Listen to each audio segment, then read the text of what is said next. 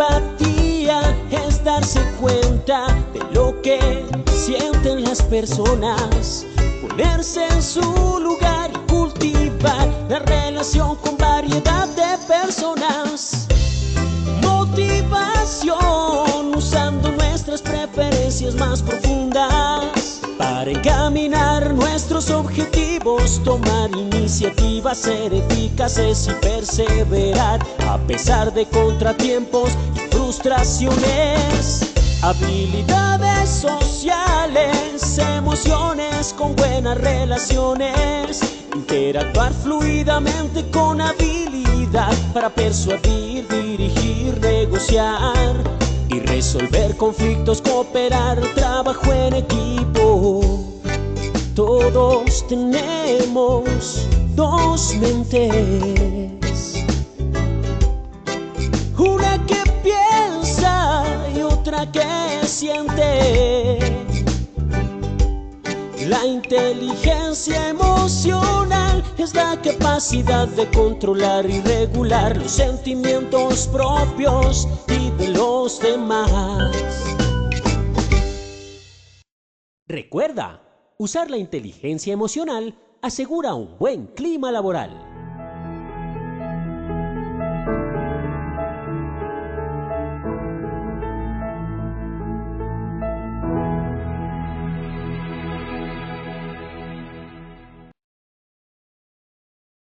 Muy buenos días para todos nuestros asistentes. Soy Lina Garzón y les doy la bienvenida hoy martes, un nuevo día de talleres web. Iniciamos nuestro martes con la Escuela de Enseñanza y Aprendizaje en Salud Psicosocial Creciendo Juntos, sesión 20. Patologías derivadas del estrés. Nos acompaña nuestra experta Dayana Carolina Lago, psicóloga magíster en gestión humana y desarrollo organizacional, especialista en seguridad y salud en el trabajo. Doctora Dayana, muy buenos días, bienvenida. Muy buenos días, bueno, muchas gracias, bienvenidos hoy a otro nuevo espacio para compartir conocimiento y para crecer juntos. Hoy vamos a estar hablando de patologías derivadas del estrés y pues quiero darle un poquito de contexto también recordando algunos temas importantes sobre el estrés. Al final vamos entonces a cerrar con unos tips que pueden tener en cuenta para las personas, para los individuos y también para la organización, ¿listo? Entonces, bueno, bienvenidos y comencemos. Lo primero es recordarles que el estrés es una respuesta natural del cuerpo que utilizamos para poder responder a las diferentes situaciones que nos presentan una amenaza. Cuando nuestra seguridad se ve comprometida por alguna razón, no necesariamente tiene que ser un peligro que ponga nuestra vida en riesgo, sino nuestra estabilidad incluso social. Eso ya implica una necesidad de adaptarnos y una necesidad de enfrentar un peligro. Entonces, allí aparece el estrés como un mecanismo natural que nos ayuda a lidiar con eso. El problema es que cuando este mecanismo natural permanece y cuando no le damos un desenlace, cuando no lo trabajamos de una manera adecuada y cuando las condiciones del entorno son constantemente peligros, está la persona siempre expuestas al peligro, allí entonces es donde definitivamente nosotros estamos expuestos a ver nuestra salud afectada por el estrés. Entonces, recuerden que en esa medida el estrés puede llegar a ser negativo para la salud, pero no necesariamente siempre es negativo. El estrés también puede ser bueno en la medida en que nos ayuda a enfrentarnos a estas situaciones. Y de esa forma, pues es cuando nosotros tenemos que ver cuándo debemos tratar el estrés y enseñar a las personas del entorno a prevenir el estrés y a manejarlo. Es decir, no darles el discurso que el estrés es malo, que el estrés afecta a la salud, sino enseñarles a que el estrés es algo que nos va a pasar siempre, que lo tenemos instintivamente en nosotros, pero pues que hay unas maneras que tenemos que ver de qué formas pues lo manejamos para que no nos vaya a afectar. Entonces, hay unos factores individuales, porque si ustedes se dan cuenta, hay unas personas que se ven más afectadas que otras a las situaciones de estrés. Puede ser incluso la misma situación, pero pues no afecta tanto a unos como a otros. Esto sucede porque pues la percepción del individuo frente a la situación, es decir, que pueda valorar qué tan riesgoso es esa situación realmente, qué tanto puede estar en verdad en peligro su estabilidad, su bienestar y su salud. La experiencia, entonces, la experiencia la hablamos en general en todo y pues cuando hablamos de estrés laboral, obviamente hablamos de la experiencia laboral. La escolaridad es fundamental porque la educación tiende a darte herramientas para que puedas autorregular tus emociones y para que tengas conocimientos de diferentes maneras de pensar que abren esquemas de comportamiento hacia diferentes situaciones. Entonces, la escolaridad se ha identificado como incluso un factor protector entre los factores individuales que podemos identificar. Las competencias de cada persona, tanto para adaptarse al puesto de trabajo, como para también responder al estrés. Competencias, por ejemplo, en inteligencia emocional. Entonces, las competencias son sencillamente pues una manera también de entrenarnos para tener factores protectores que nos ayuden a lidiar con estas situaciones. Por otro lado, tenemos el apoyo social, y el apoyo social entendido como un mecanismo en el que un grupo de personas, es decir, en este caso, en la organización, el equipo de trabajo, ayuda a los otros miembros del equipo y se vuelven un equipo que responda a diferentes situaciones apoyándose unos a otros. Entonces, el apoyo social es una de las formas principales que tenemos para responder a las situaciones de estrés.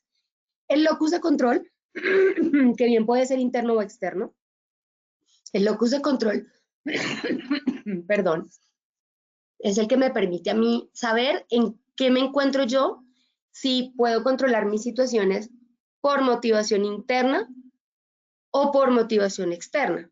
Por ejemplo, un locus de control en seguridad vial son las normas de tránsito y estas son externas, ¿sí? Pero otro locus de control puede ser que llevo otras personas dentro de mi vehículo.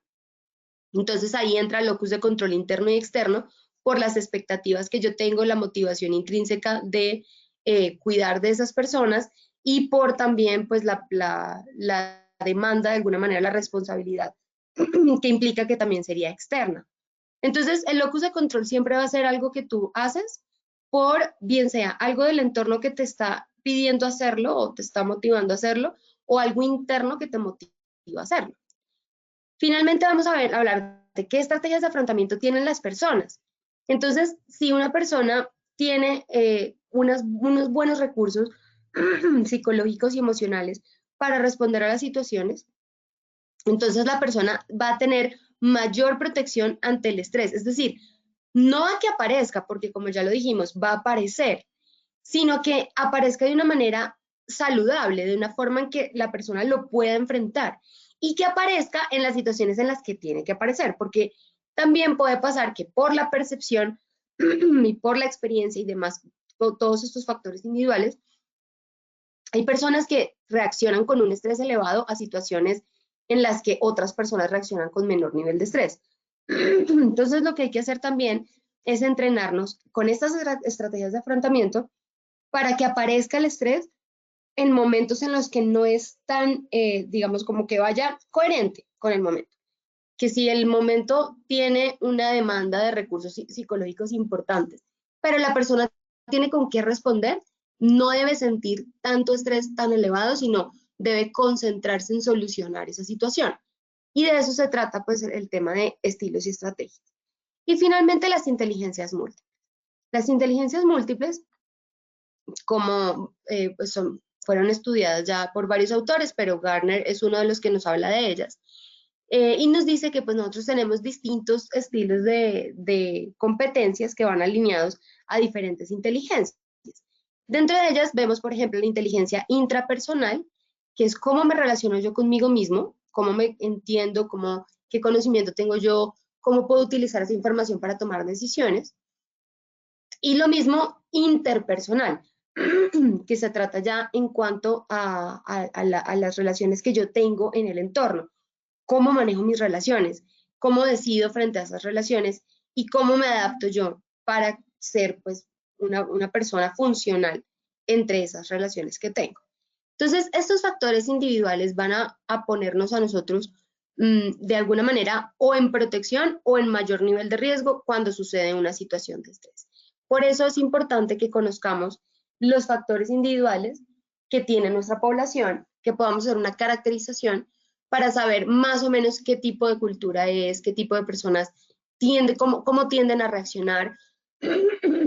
Hagamos evaluación de estilos de afrontamiento, hagamos evaluación de estrés para ver cómo están estas personas respondiendo a los diferentes factores estresores que hay. Y podamos ver estos factores individuales ya pues más en nuestra población. Tenemos también factores ambientales y organizacionales, ambientales que están relacionados con el contexto y organizacionales que están ya relacionados con la organización del trabajo. Entonces acá sí vamos a ver la estructura organizacional, las demandas del trabajo, el liderazgo y en factores ambientales, la política, por ejemplo, todos los lineamientos normativos que tenemos, cómo ayudan a regular esa parte de riesgo psicosocial, por ejemplo, en nuestras organizaciones. ¿Bien?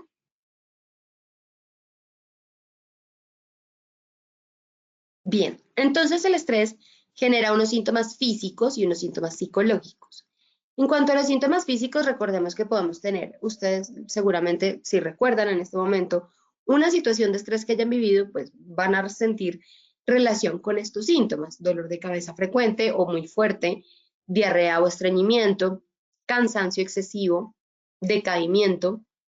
Vamos a sentir la mandíbula rígida, los músculos tensos, vamos a tener insomnio o alteraciones del sueño en general y vamos a tener posiblemente comportamientos de una ingesta incrementada de alimentos o por el contrario, vamos a dejar de percibir la necesidad de consumir alimentos. Entonces, vamos a empezar a tener variaciones de peso.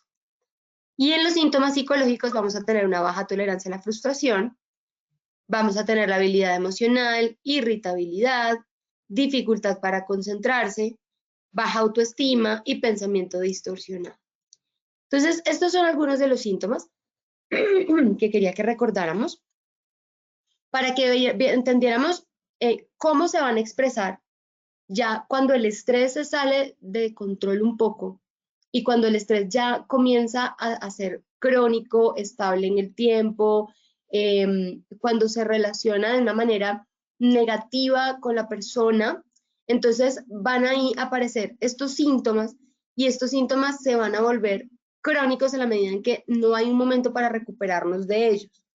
O bien sea porque la situación permanece o el factor de riesgo permanece, o porque la persona tiene dificultades para regularlo y permanece en constante estado de estrés. En esa medida vamos a identificar nosotros ya la aparición de síntomas mucho más estables que corresponden a cuadros clínicos. Y ya estos cuadros clínicos nos hacen sospechar de diagnósticos que las personas podrían llegar a tener derivados de las patologías, de estas situaciones de estrés, que son las patologías derivadas del estrés. Entonces, una de ellas es el estrés agudo. Y esta tal vez es una de las que más se presenta, porque esta es transitoria, esta es la que sentimos normalmente, aunque cuando ya lo trabajamos desde patologías derivadas del estrés, el CIE-10 la reconoce como un trastorno transitorio de gravedad importante que aparece en un individuo sin otro trastorno mental aparente. Es decir, no hay una razón, pero incluso aún sin una razón de otra patología mental, hay síntomas de alteraciones en salud mental.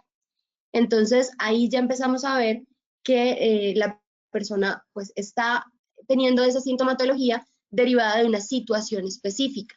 Y esa situación específica puede ser algo excepcional, una un trauma, una situación que realmente pues le ha agotado sus recursos para pues poder responder.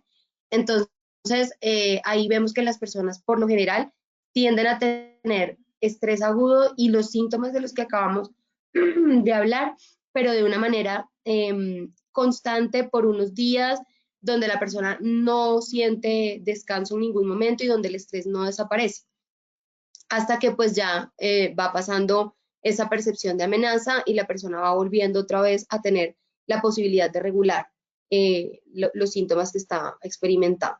Bien, el estrés agudo se puede trabajar pues con diferentes técnicas. Una de ellas es trabajamos con interviniendo pensamiento y pues lo que logramos es que las personas tengan una percepción, elaboren la situación vivida y tengan una percepción distinta de esa situación, para que los síntomas de estrés pues vayan menguando un poco hasta que pues definitivamente la situación haya terminado de pasar. Este es transitorio, ¿ok?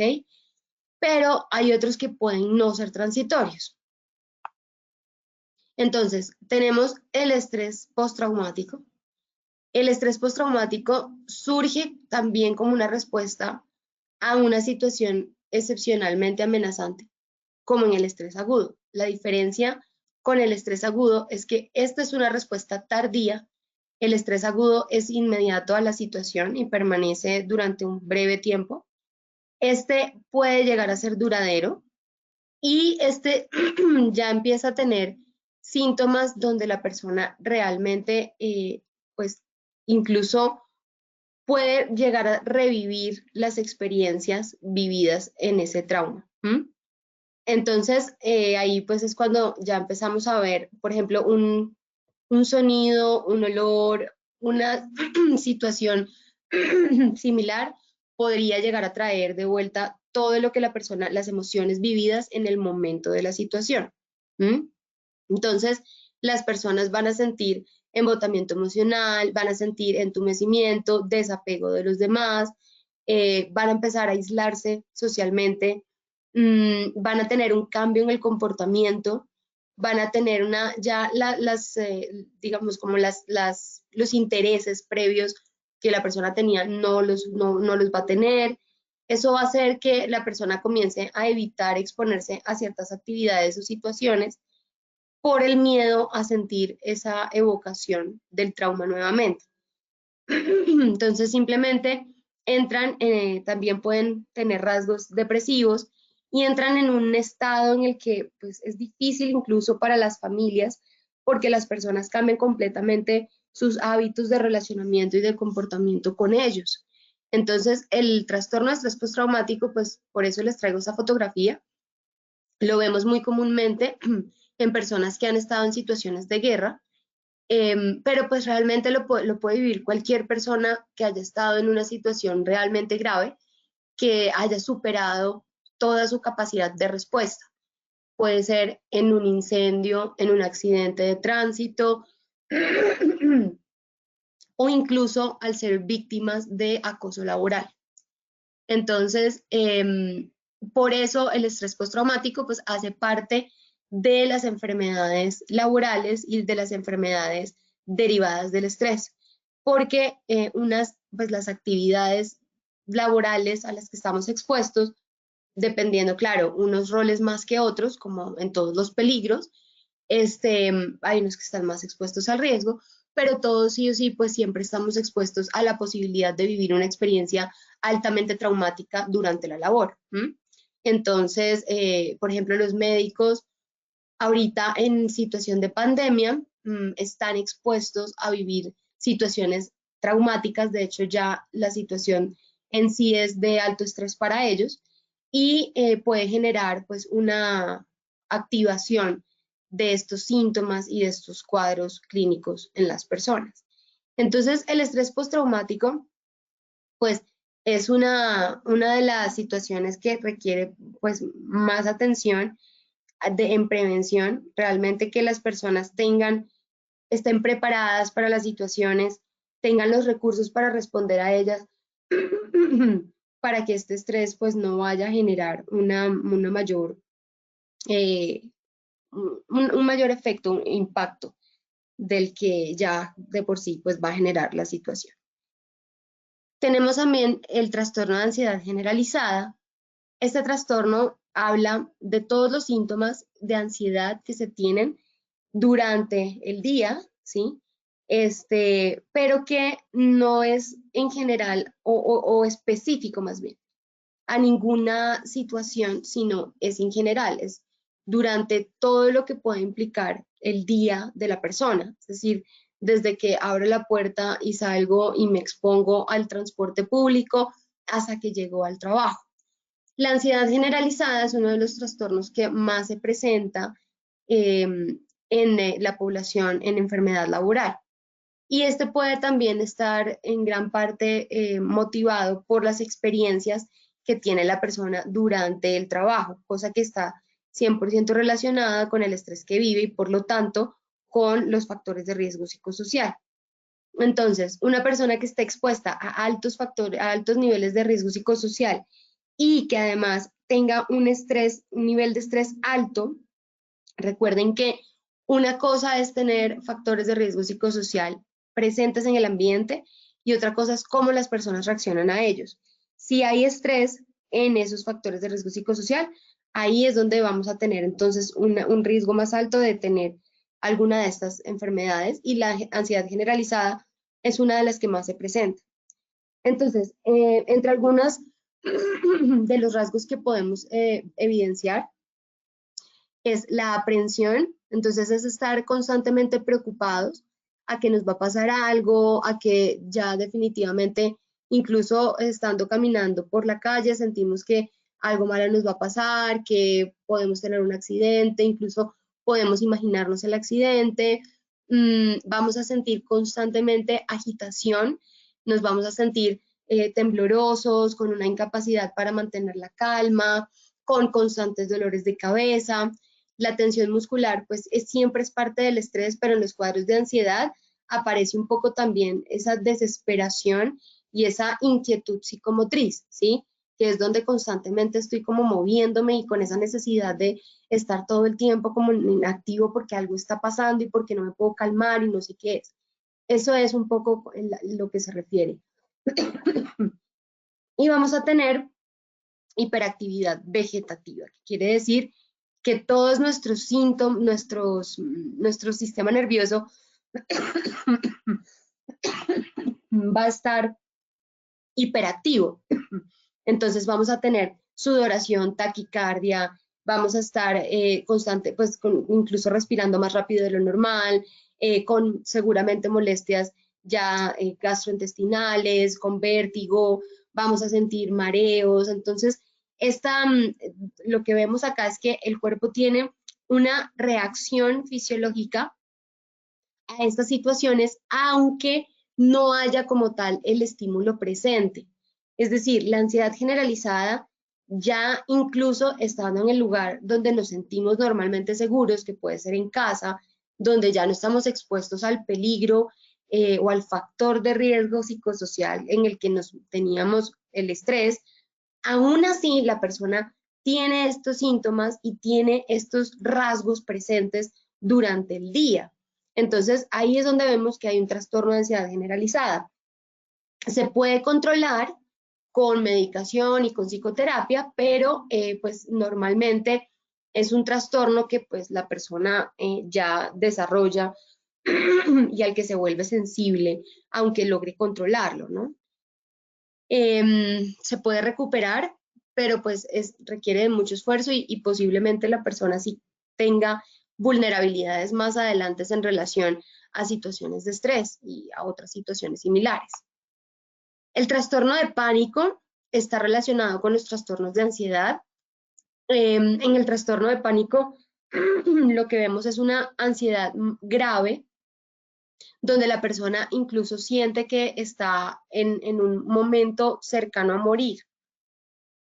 El ataque de pánico que normalmente conocemos es una crisis recurrente en situaciones donde la persona pues piensa que su vida está en riesgo, pero donde realmente hay una respuesta sobredimensionada a la situación normalmente no se pueden prevenir, es decir, no hay manera que la persona sepa, a menos que comience ya a pasar el ataque de pánico, la persona pues no tiene conocimiento de cuándo le va a suceder.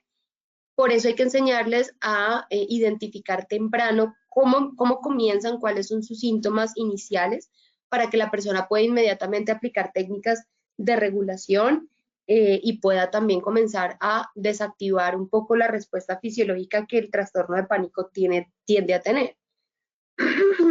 Hay un temor constantemente, hay temor a perder el control, hay temor a incluso sentir que se pierde conciencia y que se puede llegar a enloquecer. Esta crisis tiende a durar unos minutos, pero pues puede también persistir en el tiempo. ¿Listo? Entonces, el trastorno de pánico tiende a generarse ya de una manera más, una ansiedad generalizada, pero un poco más grave, que se traduce en estas situaciones y en estos episodios. Vamos a tener también el trastorno psicótico. El trastorno psicótico está relacionado con la forma como percibimos la situación.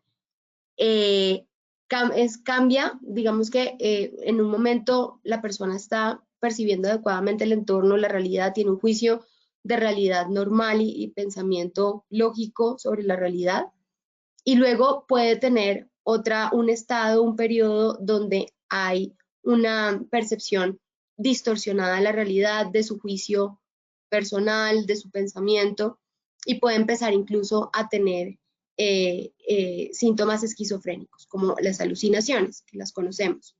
Entonces, el trastorno psicótico lo que genera en la persona pues es un estado bastante alterado de conciencia cuando aparece, y la persona pues no va a tener un comportamiento adecuado o alineado con la realidad del momento. Estos trastornos psicóticos pueden ser derivados de altos niveles de estrés y de una intensidad importante que la persona no logra recuperar, y que pues producto de esas situaciones altamente demandantes comienzan ya a tener estos cuadros psicóticos. Bien. Los episodios depresivos y la depresión son otros de los trastornos que también vamos a encontrar en las patologías derivadas del estrés. Hay varios en esta categoría de episodios depresivos. Vamos a ver, por ejemplo, en la tabla de enfermedades, ustedes los van a encontrar como el F32 y ahí van a ver que pues implica diferentes cargas ya en relación con la gestión organizacional, porque los episodios depresivos pues están relacionados principalmente con la manera en que las personas logran relacionarse con el estrés, pero una manera disfuncional, donde incluso la autoestima ya se ve afectada, y donde la persona comienza a tener sentimientos de minusvalía, donde comienzan a sentir que no son útiles y que en ese entorno en el que están no deberían estar, no son aceptados, no sirven para nada, y empiezan a tener esta serie de pensamientos que van haciendo que vaya de alguna manera alineándose a sentimientos de tristeza profunda, difíciles de recuperarse. Entonces comienza la persona a sentir que ya no le gusta ir al trabajo, que no le gusta estar relacionándose con las personas, aunque no tenga otra opción. Y eso comienza también a llevarse a otras esferas de su vida. Comienza también a sentirse en casa, comienza a sentirse con su familia, en sus otros entornos en los que la persona pues se desenvuelve. Y empezamos a ver que la persona desarrolla un trastorno depresivo a raíz pues de la situación, de las condiciones de trabajo, pero pues que finalmente terminan afectando también la vida del colaborador, la parte extralaboral del colaborador. Entonces, en la depresión tenemos que tener en cuenta que si la gravedad, pues, es decir, la enfermedad se presenta y no hay un tratamiento oportuno, pues la persona posiblemente vaya a tener mucha dificultad para identificar qué es lo que le está sucediendo, y por eso nosotros debemos estar atentos a identificar estos signos y síntomas tempranos para prevenir que estas condiciones se mantengan en el tiempo, ¿ok? Porque la depresión puede recuperarse. Entonces, la idea de lo que se puede hacer en estas situaciones es llevar la atención inmediata y pues comenzar un tratamiento psicoterapéutico que permita a la persona adaptarse nuevamente, resignificar escenarios y donde la persona pueda nuevamente recuperar el control psicoemocional y los recursos psicológicos para enfrentar situaciones. La fatiga, la irritabilidad son dos de los síntomas que se presentan con la depresión. La depresión no necesariamente se traduce en una persona que no habla mucho o que está constantemente durmiendo. Eso tiende a pasar, pero también se puede traducir o se puede enmascarar, por así decirlo, en comportamientos irascibles. Entonces, cuando ustedes ven que las personas reaccionan de manera irritable constantemente, donde están constantemente nerviosas, les cuesta mucho pues sentir como el control de la situación, entonces ahí podemos estar también ante cuadros de depresión. Por eso es que hay que saber que tanto la ansiedad como la depresión se pueden relacionar, pero pues definitivamente son distintas. La depresión tiende a tener una activación menor, diferente. La ansiedad tiende a tener una situación ya más relacionada con la exasperación. Entonces, bueno, ahí es donde ya empezamos a hacer sus diagnósticos diferenciales para tratar de relacionar y de ver la diferencia.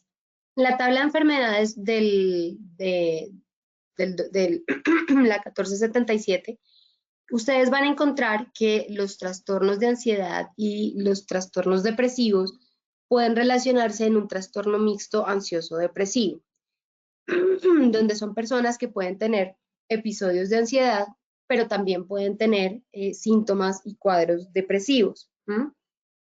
Entonces, lo que sí debemos pues tener en cuenta es que estas patologías van a estar allí presentes siempre y cuando los factores de riesgo psicosocial no sean identificados a tiempo, pero sobre todo si nosotros no logramos identificar a tiempo también personas que puedan estar exponiéndose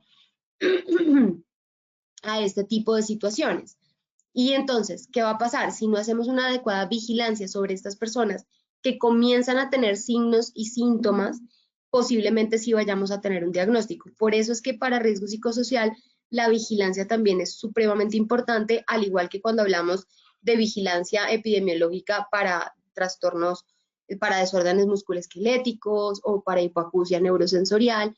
De igual manera, tenemos que hacer vigilancia en psicosocial para patologías derivadas del estrés, porque pues realmente una persona que tenga un trastorno ya psicopatológico por estas situaciones, pues es una persona que ya comienza a tener un ausentismo, a incrementarse y que en el momento, estas son más difíciles de identificar, pero que en el momento de una investigación para calificación de origen, sabemos que estas patologías hay una delgada línea pues para identificar si son o no laborales, pero pues sí tienden a estar muy relacionadas con la calificación de origen laboral.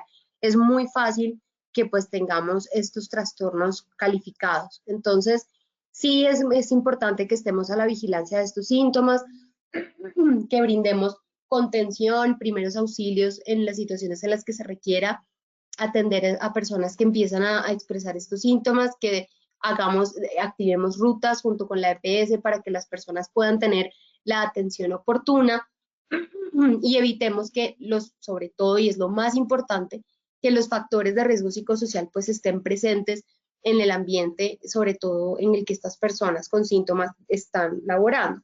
Entonces tratemos de buscar maneras donde identifiquemos esos factores de riesgo y hagamos la gestión propia pues que requiere para evitar este tipo de trastornos. Sí tenemos que tener en cuenta que las personas pues pueden tener desde la adolescencia ciertos rasgos o incluso ya diagnósticos que también pueden verse agravados por las condiciones psicosociales del trabajo, y pues eso también hace parte de identificar si eso no es, en el caso, pues una enfermedad laboral. Pero lo que sí es cierto es que tampoco pueden ser estos factores un motivo de agravamiento de las condiciones de salud de las personas. Así que también estas personas pues tendrán que estar bajo monitoreo para que nosotros podamos identificar posibles factores que puedan exacerbar la sintomatología. De manera que es importante que conozcamos las historias clínicas de nuestros colaboradores y que conozcamos si las personas tienen trastornos psiquiátricos diagnosticados, para que podamos en ellos hacer un especial monitoreo de estos síntomas y estas situaciones. Eso nos va a permitir evitar crisis, evitar recaídas, mantener un ambiente estable para la persona, para que la persona pues pueda también lidiar con estos recursos psicológicos que tiene y que ha aprendido a desarrollar, porque son personas que ya normalmente suelen estar en tratamiento. Pero, por ejemplo, que mantengan la adherencia al tratamiento es muy importante. Entonces, eso nos va a permitir, la vigilancia nos va a permitir sin duda pues lograr que esto se dé de la mejor manera. Vamos a ver también trastornos del sueño debido a factores no orgánicos. Los trastornos del sueño debido a factores no orgánicos también pueden estar dados por ejemplo, la jornada de trabajo. Entonces, cuando tenemos horarios extensivos, extenuantes, cuando las personas trabajan por turnos, cuando están en trabajo nocturno. Entonces, todo esto nos va a llevar a tener una dificultad para sincronizar el ritmo natural del sueño y la vigilia, ¿sí? Entonces, son los ritmos circadianos. Entonces, lo que va a pasar con estas personas es que van a empezar a tener un insomnio recurrente, digamos, como cada vez que van a tratar de conciliar el sueño, o van a empezar a tener ya alteraciones para mantener el sueño durante la noche, se van a despertar muchas veces durante la noche. Lo que esto hace es que la persona no pueda lidiar con la fatiga del día, no pueda recuperarse de ella, no haya una buena calidad de sueño, por lo tanto, la persona al día siguiente pues va a empezar a tener alteraciones en su comportamiento y en su estado emocional, porque pues el sueño reparador es el que nos permite recuperar nuestras funciones para que al día siguiente, o luego al despertar, pues nuestro cerebro funcione de manera adecuada. Entonces, cuando el estrés es tan alto que la persona comienza a tener alteraciones de sueño, puede llegar a derivar en trastornos del sueño. Y estos trastornos van a hacer que la persona pues definitivamente empiece a tener alteraciones que incluso pueden llegar a ser alteraciones psicóticas. Claro, ya en estadios pues muy graves de sueño, ¿no? Cuando ya hay alteraciones ya pronunciadas y esto ha pasado durante mucho tiempo en el tiempo. Bien, entonces, estos trastornos del sueño va a ser normal que los veamos siempre en cuadros de estrés, alteraciones de sueño. Lo que no es normal es que la persona no los pueda recuperar. Entonces, por eso, identificar también estos síntomas de manera temprana nos va a permitir dar una orientación adecuada a las personas para que pues puedan prevenir estos trastornos del sueño y que el estrés no les vaya a implicar un daño adicional en sus patrones de sueño-vigilia. Ojo, cuando hablamos de patologías derivadas del estrés, estamos hablando que los factores que las generan no son orgánicos, es decir, hay personas que tienen trastornos del sueño por factores orgánicos, ¿sí? Como por ejemplo la obesidad, ¿sí? O incluso pues personas que ya tienen algún daño neurológico que les implica una dificultad para conciliar el sueño y para mantener regulado el ritmo circadiano. Pero no, en este caso no corresponde a esos factores orgánicos. Corresponde simplemente a una respuesta por el estrés elevado que se está viviendo en su situación, en su contexto, que le implica y le afecta mantener este ritmo por tiempo prolongado, lo suficiente para empezar a generar ya como tal un trastorno. ¿Listo? Vamos a tener también, que este seguramente lo conocen, y es el síndrome de agotamiento profesional o burnout, que Colombia, pues desde el 2014 lo tiene incluido como enfermedad profesional, pero realmente en el mundo no todos los países lo reconocen como tal, y está tanto el tema y la importancia que esto tiene que la Organización Mundial de la Salud ya dijo que esto sí o sí tiene que ser una patología que se derive o que se tenga en cuenta como un trastorno ocupacional, una enfermedad laboral. Y esto se debe a que tiene una gran prevalencia e incidencia en la población y que sí está relacionado en gran medida con el agotamiento profesional. Entonces, cuando salga el CIE 11, una de los cambios que va a tener es que este síndrome de agotamiento profesional va a estar más detallado y va a tener una importancia mucho más, pues como importante, llamativa, relativa dentro del CIE en relación con el CIE 10. Entonces, el síndrome de agotamiento profesional, ¿en qué consiste? El burnout, lo que es un síndrome de fatiga crónica que ya ha llegado a alterar incluso la percepción de la persona frente a su trabajo y la relación que tiene la persona, la empatía que tiene con el trabajo que realiza, a nivel que ya la persona no siente incluso interés o no siente como tal una relación empática con, por ejemplo, sus clientes o con las personas a quienes les brinda servicios, o en el caso del sector salud con sus pacientes. Simplemente ya hay una despersonalización con la tarea misma y con el servicio que brinda. El síndrome de burnout tiene un agotamiento emocional importante que hace que la persona realmente se sienta fatigada emocionalmente, donde ya no sienta que tiene recursos emocionales para gestionar sus emociones y para responder a las situaciones, que hay un desbordamiento de esas emociones y que realmente hay una fatiga, una sensación de cansancio constante en relación a lo que se está viviendo.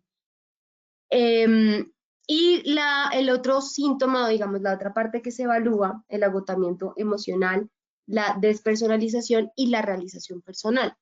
La realización personal ya es contraria, mientras que el agotamiento emocional es elevado y la despersonalización es elevada, la realización personal disminuye. La realización personal, la persona siente que sencillamente no está satisfecho consigo mismo, no se siente realizado, no se siente útil, siente que cualquier cosa que esté haciendo es insignificante y que no tiene sentido ya pues realizarlo, tiene hastío por lo que realiza, ya no siente que el entorno o el trabajo lo que hace pues le estimule lo suficiente como para sentirse feliz y a gusto con ese trabajo que realiza. Entonces, la combinación de estos tres factores es lo que nos trae el síndrome de agotamiento profesional o síndrome de burnout, como lo conocemos. Este es uno de los que más tenemos que estar atentos a, sobre todo, como les decía ahorita, en personas que brindan servicios, porque los servicios tienden a tener un riesgo psicosocial de estrés alto en relación al relacionamiento y a las emociones con esta persona a la que se está cuidando o a la que se le está brindando el servicio. Normalmente, tú tienes realización personal cuando sientes que eres útil o hay agradecimiento por parte del entorno sobre la labor que tú haces. Cuando eso no se siente, cuando, por ejemplo, estás en una labor, como dicen coloquialmente, que es un poco ingrata, porque pues de alguna manera, veámoslo como en el ejemplo de las personas que trabajan en los call centers y tienen que llamar a los clientes, ¿no? Para ofrecer nuevos productos o para... Entonces, es algo que la persona debe hacer, pero que el cliente de alguna manera no lo ve como algo que se le esté, por lo que tenga que agradecer, sino más bien incluso lo puede llegar a ver como una molestia. Entonces, el maltrato que puede recibir la persona por parte del cliente, el poco agradecimiento, la estigmatización que se tiene sobre su trabajo, porque pues seguramente socialmente no va a sentir que sea un trabajo digno de orgullo y demás sentimientos que se pueden tener en relación con nuestras posiciones laborales. Son este tipo de cosas, de ideas y pensamientos que se suelen presentar en relación a estos roles, hacen que las personas comiencen a tener este síndrome de agotamiento profesional. Sobre todo cuando no hay reconocimiento, sobre todo cuando hay una exigencia que sobrepasa a la persona. Entonces, eso hace que la labor sea aburrida, desgastante, maltratante. Entonces, comienza ya la persona a tener estos síntomas y estos síntomas de agotamiento. Es un ejemplo. Hay muchas otras razones por las que se puede dar, pero es un ejemplo como para que lo puedan ver por qué suele presentarse sobre todo en relación a labores de servicio. ¿Listo? Entonces, por eso incluso se llega a decir es que para este trabajo hay que tener vocación de servicio, hay que tener ganas de ayudar y hay que tener, porque realmente pues tiende a ser desgastante emocionalmente y la persona necesita tener tolerancia a la frustración, necesita recordar tener un propósito claro y un sentido claro para realizar ese tipo de tareas. Entonces, ese es un ejemplo. Pero pues hay muchas otras razones y realmente se puede presentar en cualquier rol también. Todo depende de las condiciones en las que esté la persona. El síndrome de fatiga crónica, que está relacionado ya con el estrés crónico que se vive, donde la persona no logra recuperarse de ese estrés. Entonces, ahí ya vamos a tener afectaciones en la manera en que la persona responde al entorno. Entonces vamos a ver disminuida la velocidad de procesamiento, la atención, la memoria, vamos a ver disminuida la capacidad para autorregular el comportamiento y las emociones. Entonces vamos a tener personas que incluso pues obviamente la productividad pues va a disminuir también. No van a sentirse aliviados con el descanso, pueden dormir pero pues realmente no lo van a sentir ya como un alivio. Y los síntomas pues que prevalecen son la pereza, el insomnio, el dolor muscular, la fiebre, entre otros pues síntomas que se pueden generar. La fatiga crónica puede estar también relacionada con otros trastornos. La fatiga crónica puede generar trastornos también. Entonces hay que estar muy atento a personas que ya están con fatiga para prevenir, para intervenir oportunamente y prevenir que estos lleguen a ser fatiga crónica. En el momento en que la fatiga todavía se puede recuperar y donde no ha pasado episodios donde la persona simplemente duerme o descansa o se aísla de la situación y la fatiga no se recupera. Una persona que sale a vacaciones y vuelve y no recupera su fatiga, por ejemplo. Entonces, esos ya son síntomas que nos empiezan a hablar que puede haber un síndrome de fatiga crónica. Pero sí tenemos que tener en cuenta que hay posibilidades de recuperar la fatiga y que de eso se trata. Bien. Entonces, y por otro lado, ya pues para ir terminando con las patologías, vamos a encontrar la violencia laboral. La violencia laboral es digamos que una de las consecuencias como tal, no es necesariamente una enfermedad, no es una patología derivada del estrés, pero sí es una consecuencia que puede generar a los factores de riesgo psicosociales y que pueden traer síntomas y cuadros en las personas de maltrato hacia otros compañeros y son producto, digamos, estos comportamientos pueden ser productos también del estrés. Fíjense que no hablamos de acoso laboral, porque el acoso laboral es intencional, deliberado y demás. Estamos hablando es de la violencia laboral, es decir, comportamientos violentos como gritos, insulto, desprecios, órdenes autoritarias, realización de tarea de menor cualificación laboral o serviciales para las personas, sobre todo, donde las personas pues tienden a tener estas expresiones, productos también de los factores de riesgo a los que están expuestos y de un mal manejo también del estrés, ¿bien? Y la que se ejerce sobre las personas, la violencia laboral deliberada que se ejerce sobre las personas, que también me puede generar a mí uno de los trastornos de los que ya hemos hablado, producto pues de esta situación. Entonces la violencia laboral la tenemos que tener también en cuenta, tanto como un peligro que puede generar trastornos, como también una expresión del estrés que se vive y de los factores psicosociales que se viven en el entorno laboral.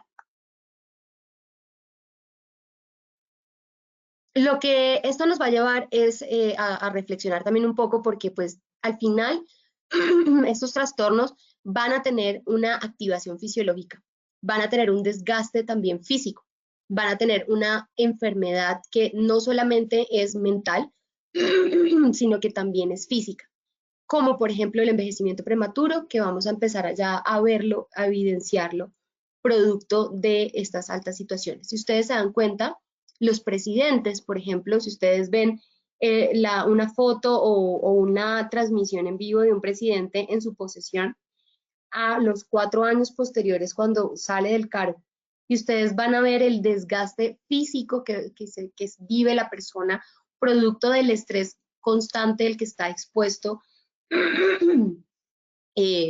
durante su ejercicio de presidencia. Entonces, el estrés realmente agota, el estrés nos lleva a tener un desgaste tal nivel que pues realmente vemos cómo la vida se nos va a raíz de estas situaciones y de estos trastornos que se derivan de él.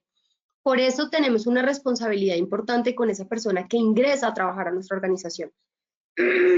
Hasta que esta persona se vaya, nosotros tenemos que brindarles el cuidado que necesita durante el periodo que esté en la organización, no importa cuánto tiempo sea, ¿ok? Pero debemos garantizar que la manera en cómo llega tiene que ser la manera en que se va de la organización, ¿bien? Que nosotros no hayamos generado este tipo de desgaste y de agotamiento a tal nivel que genere un envejecimiento prematuro en la persona, que genere un desgaste físico, producto de haber trabajado con nosotros. De eso se trata un poco, buscar la experiencia del colaborador positiva durante el trabajo en la organización. Entonces, ya para terminar, les quiero recordar unos tips para que como individuos podamos hacer frente al estrés.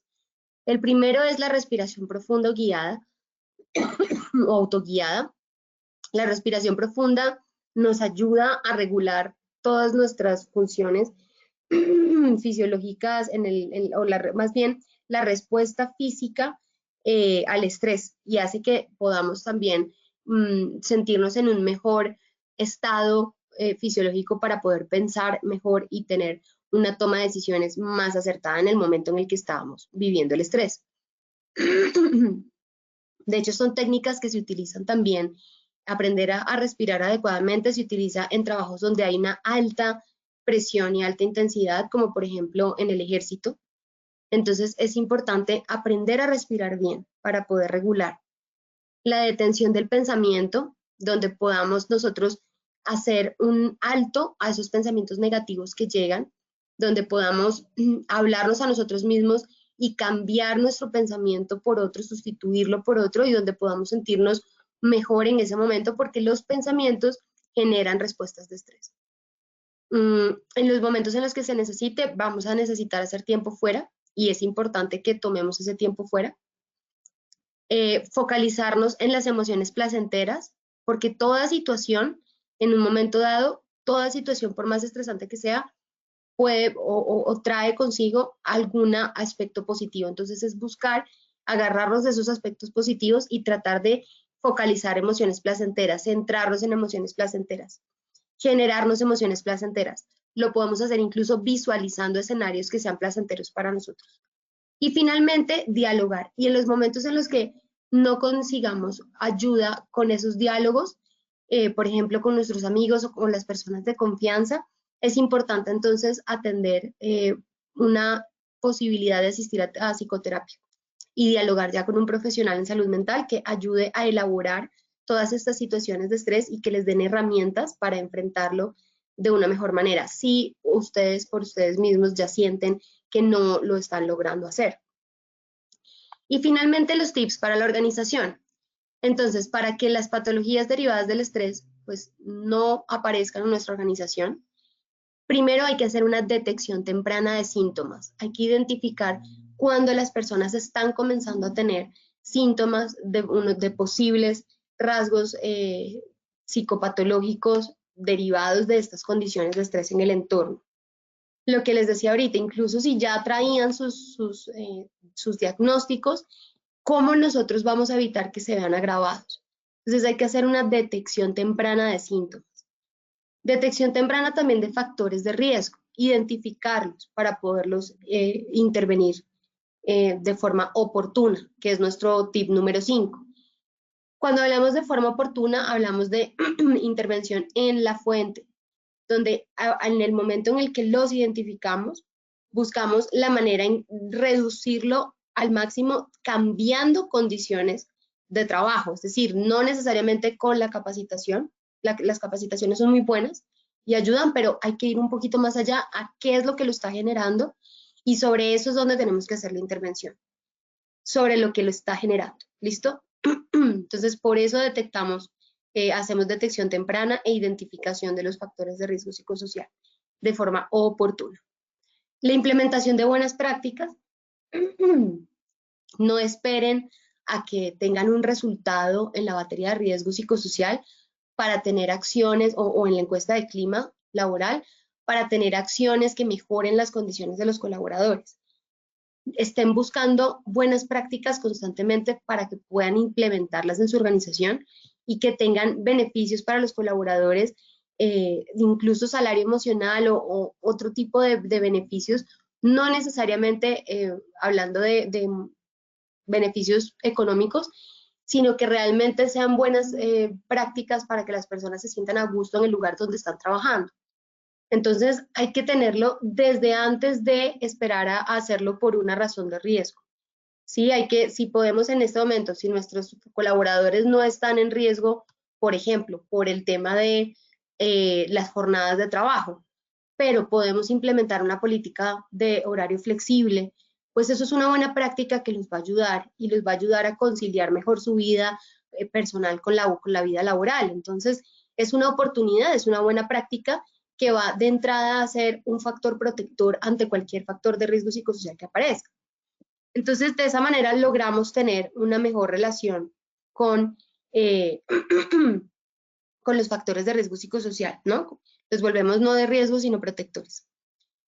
Tercer punto, educación para colaboradores y líderes. Entonces, las capacitaciones no solo deben ser para los colaboradores, también debemos hacer capacitaciones líderes para que ellos puedan generar unas condiciones favorables de trabajo, pero sobre todo también para que sepan conocer a sus colaboradores y cómo apoyarlos en momentos en los que hay un alto nivel de estrés, cómo volverse líderes gestores de ese estrés y líderes que apoyen la salud de sus colaboradores durante tiempos de altos niveles de estrés, porque pues siempre va a haber.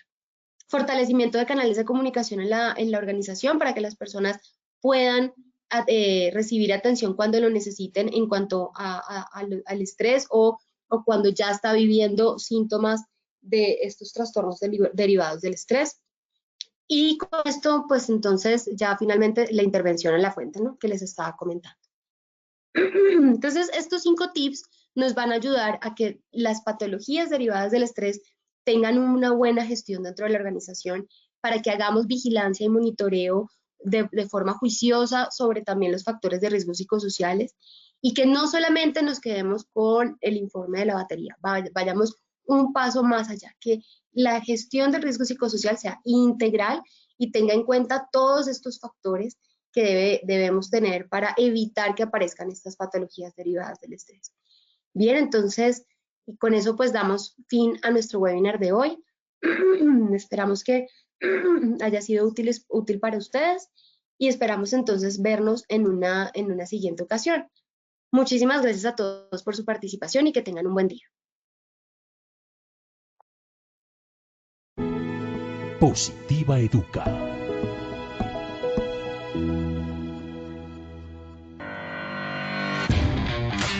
Consejos positivos para cuidar nuestra salud ante el COVID-19.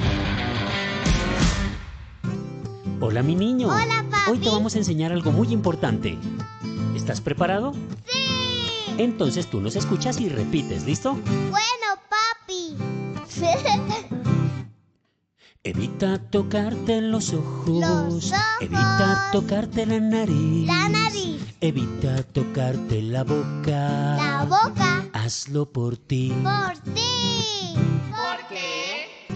Tus manos todo el tiempo están en contacto con muchas superficies que pueden estar contaminadas con el virus.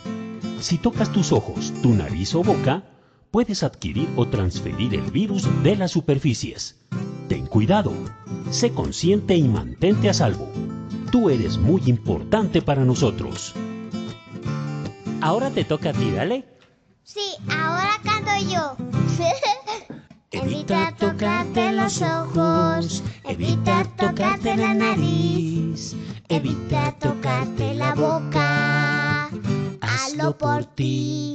Y de esta forma estaremos seguros y nos conservaremos positivamente saludables. Por eso mantente informado y sigue las recomendaciones de tu ARL Positiva. Porque Positiva siempre está contigo.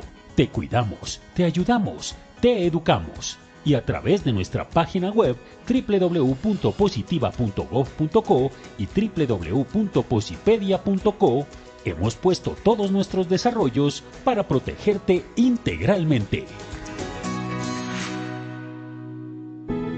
Es tu protección nuestra prioridad. Positiva te acompaña.